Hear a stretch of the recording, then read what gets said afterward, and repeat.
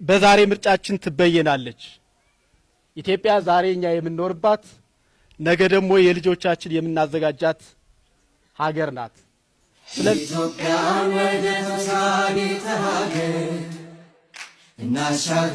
ስለዚህ ዛሬ እኛም ለመኖር ነገ ለልጆቻችንም ለማዘጋጀት ብልጽግናን መምረጥ ትልቅ ኃላፊነት የተሰማው ማህበረሰብ የሚወስደው ኃላፊነት ነው የሚለውን ነገር በደንብ መያዝ ያስፈልጋል ማለት ነው።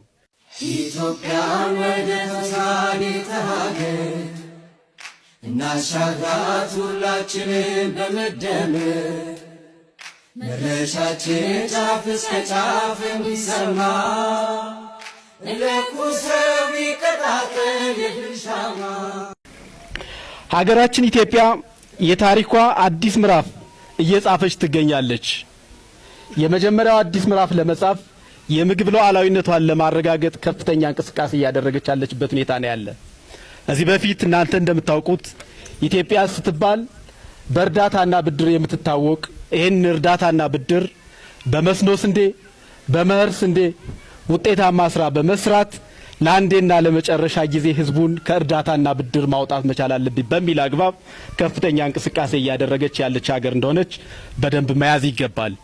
ኢትዮጵያን ወደ ተሳቢተ ሀገር እናሻግራት ሁላችንም በመደመር።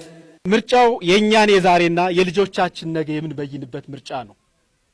ይህንን ምርጫ ውጤታማ አድርገን ከፈጸምነ ዛሬ የእኛ ኑሮ ያምራል።